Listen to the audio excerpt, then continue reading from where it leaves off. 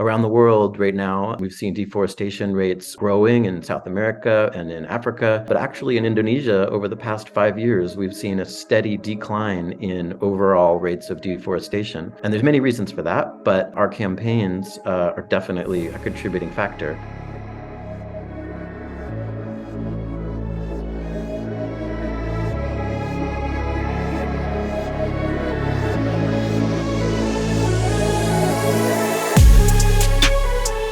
Hello and welcome to episode 4 of the RAN Wrap-Up, Rainforest Action Network's look at the good, the bad, and the ugly in news from around the world affecting the climate and all those that depend on it. As always, we're taking a look this week at the issues that will ultimately affect all of us, what we can do about it, and what we are doing about it here at Rainforest Action Network. I am in Belgium, and this this feels very Belgian to me, I don't know. Anyway, in episode 3, we talked with Scott Parkin, the director of our organizing program, and in episode 2, we talked about the inside-outside strategy with Aditi Sen and how they get change made in their corporate negotiations. In episode 3, we talked with Scott about how we get those corporate negotiations because we use pressure on the streets on the outside to make those negotiations happen. So check it out over here. It's worth watching.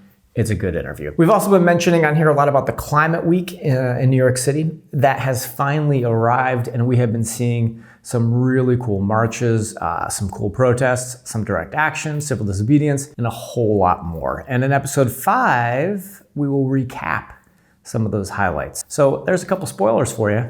You're welcome. Okay, so as usual, there's good news and there's bad news. And obviously you want the good news first, but too bad. You're getting the bad news first.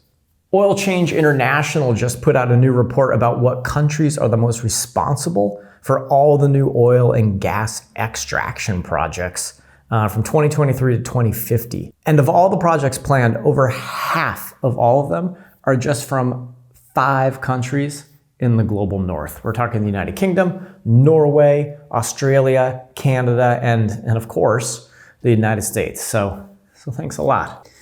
Okay, here's a little good news. It's actually big news, but the palm oil industry has made a pact to end deforestation and respect indigenous customary rights in East Aceh, Sumatra. This includes a number of palm oil companies that all of you have joined us in fighting back against. This decision could lead to the long-term protection of hundreds of thousands of hectares of lowland rainforests in the, quote, orangutan capital of the world, which is the Leuser Ecosystem. So I'm sure you have 2 questions. Did we win? It's a big step forward, but the fight for the Leuser and all those that call it home, it is not over quite yet. Your second question might be, what the hell is the Leuser? Funny you should ask, because today we're talking with Laurel Sutherlin, our senior communications strategist. And sure, he's great at his job. There's no question about that, but he also is a naturalist and an educator. And I know from firsthand experience, going for a walk with him in the woods is like being in your own private nature show. He's telling you the history of the land, what bird in this is in the tree based solely on some like little that you hear somewhere, and what weird plant you can pick up off the ground and eat because it tastes like a lemon. I don't know, it's amazing. But on top of that, Laurel just got back from the Leuser Ecosystem. So who better to tell us about the communications department and one of the last remaining wild places on Earth than him?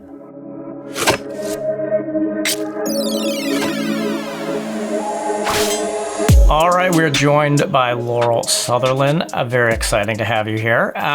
Can you tell us who you are and what do you do at RAN? Sure. As you say, my name is Laurel, and I am RAN's senior communication strategist, and I've been with RAN for over a dozen years, so I've had a chance to work on most aspects of our campaigns. I think people might kind of overlook the importance of a communications team when it comes to organizing. Maybe people don't even think that's a thing. Can you talk a little bit about why communications is vital to achieve the things that we're trying to achieve here at RAN? I mean, there's lots of reasons. We are a small organization of basically a few dozen people going after some of the biggest, most powerful banks and corporations on the planet. And so we have to figure out every which way we can to leverage the tools that we have, and media, implicating our targets, to destruction and rights violations and climate change in mainstream media and different kinds of outlets is one of the most powerful tools we have to place pressure on our targets. Big food brands and banks put hundreds of millions of dollars a year, in many cases, into PR to make their brand associated with things like trustworthiness or sentimentality or whatever. And they really don't want you to see Oreo cookies and think orangutan extinction, or see Bank of America and think, Exxon, fossil fuel companies. And so making those associations, connecting the dots, in the press, people take the press very credibly. And so if Rand goes out and says this company is doing this bad thing or this bank is funding this, that's one thing. But if they read it in the financial press or see it on TV, it lands totally differently. For most of our campaigns, gaining media and being in the public sphere is one of the most powerful tools we have to get corporations to the table to start negotiating our demands. Yeah, I think another really important piece that the communications team and beyond does is bringing attention to critical parts of the world that people just might not have heard about. Like the Leuser Ecosystem. Can you tell us about what that is and why you think it's important? Yeah, the Leuser Ecosystem is a absolutely incredible expanse of about 6 million acres of primary rainforest on the northern tip of Sumatra in Indonesia. And it's one of the most important rainforest habitats left, certainly in Southeast Asia and up there in the top, in the world. And unfortunately, there used to be a lot more forests like this in Sumatra and throughout Southeast Asia, but millions and millions of acres have already been lost to industrial plantation development and other forms of clearance and destruction for various reasons, civil unrest and sort of political inaccessibility. The Leuser ecosystem escaped a lot of those first waves of destruction, and so the land rush came a lot later, and that's what we're battling now. The Leuser ecosystem is famously the only place on Earth that's home to elephants, tigers, rhinoceros, and orangutan that live together in the same place in one forest. It's one of the oldest forest ecosystems in the world. And so what that means is that there's been millions of years where there haven't been glaciers and there haven't been volcanoes and there haven't been even really, hard winter seasons. And so what that's done is left millions of years of evolution to, proceed uninterrupted. And the result of that is just a dizzying array of biodiversity and life forms that is unmatched, few places in the world. It's one of the most biodiverse places on the planet. And, the Leuser is also home to one of the world's biggest concentrations of peat domes. And that's important because peatlands are actually created over millennia through the biological processes of life. So these are swampy, wet areas that when the leaf litter falls and when animals die, instead of being recycled, it actually just kind of gets trapped because it's wet, and then it becomes an anaerobic environment. And so over thousands and thousands of years, the island of Sumatra has actually been growing because the peat has been making it deeper and wider. And so some places this peat is many, many, many, many feet thick. It can be 5, 10, 15, even 20 plus feet thick in places. Wow. And that peat is just made out of basically pure carbon. So it's one of the most carbon-rich landscapes on Earth.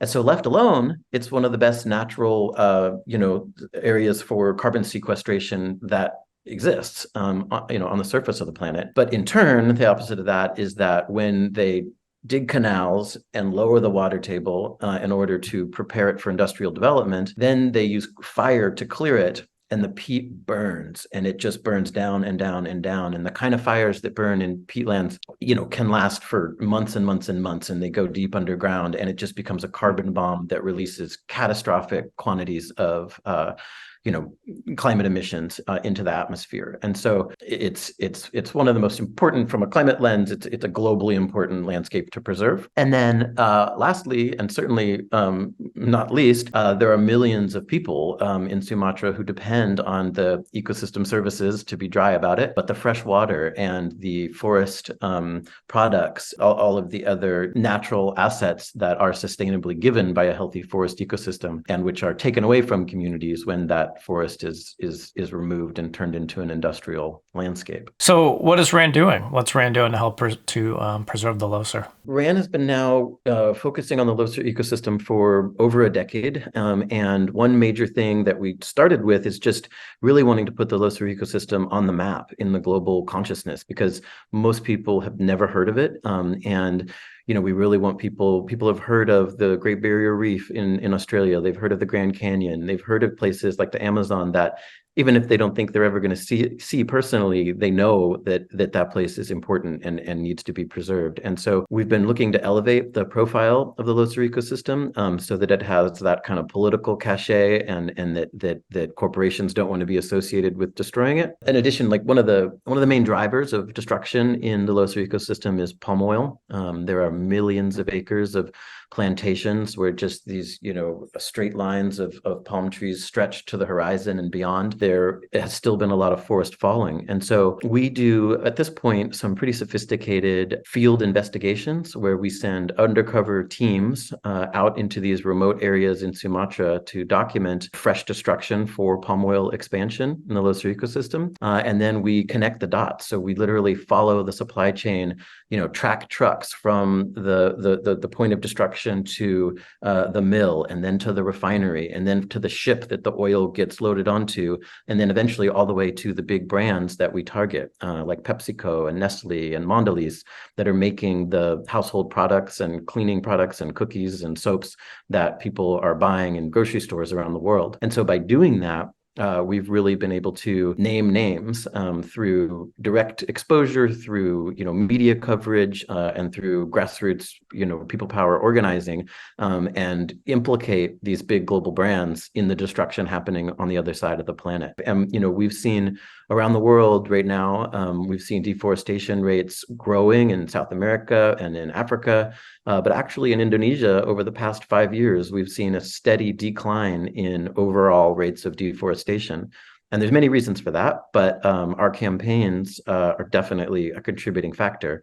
And so it's something that is really inspiring to see. And unfortunately, the forests are still falling, and especially some of the very most important and highly protected forests. So there's a lot of work left to be done. Well, that's encouraging, though. It feels like there's some encouraging news coming out of the Leuser. You were actually in the Leuser recently, right? In the last several months. Can you tell us maybe like an impression that you had from actually getting to see it firsthand as opposed to like through videos, or is there something there that you saw that just just kind of blew your mind that you were not prepared to see after, seeing something from so far away and working on it from so far away? Yeah. I did. I got to do like a 4-day overnight trek deep into the Leuser this trip, and really go deep with a guide, and the abundance of life in every form. The sounds of it is with that many bugs and that many birds and the wind through that many kinds of trees, it's just a totally immersive experience. And when I was there, these strangler figs were fruiting, which are these giant, crazy trees that are hundreds of feet tall, that are just kind of like this crazy perforated puzzle of a tree. They were having fruit. And when that happens, all bets are off as far as the animals. Usually an orangutan is a solitary animal and they like to hang out by themselves, maybe a mom and a baby. But when these trees are in fruit, they all come together. So there was this one just big grandma tree that we could just go sit underneath, and there would be 5 or 6 orangutans at once in this same tree. And then the gibbons would come through and harass the orangutans, and then the macaques would come in and like a gang, and then big flocks of hornbills would come in 20, 30 at a time, and it was just kind of this big. It's like the equivalent of like, I don't know, like the African kind of watering hole where all the animals come together, and so that was just totally spectacular to be able to just sit there and look up and just see this whole kind of display of exotic wildlife all together at once. Yeah, that sounds amazing. The Leuser ecosystem, one of the most wild places, but also apparently one of the most crowded. So they're all coming to feed. Awesome. Well, thanks so much for your insight. Thanks so much for your work, and keep at it. Cool. Thanks, Jake. Big thanks to Laurel for giving us a glimpse into another department here at RAN, as well as one of the last wild places on Earth and why its protection is such an important fight. If you'd like to get more involved in taking action or just getting some more information, head on over to our webpage at ran.org. That's RAN.org, where you can join us in using people power to challenge business as usual. And why would you want to do that? Because we win.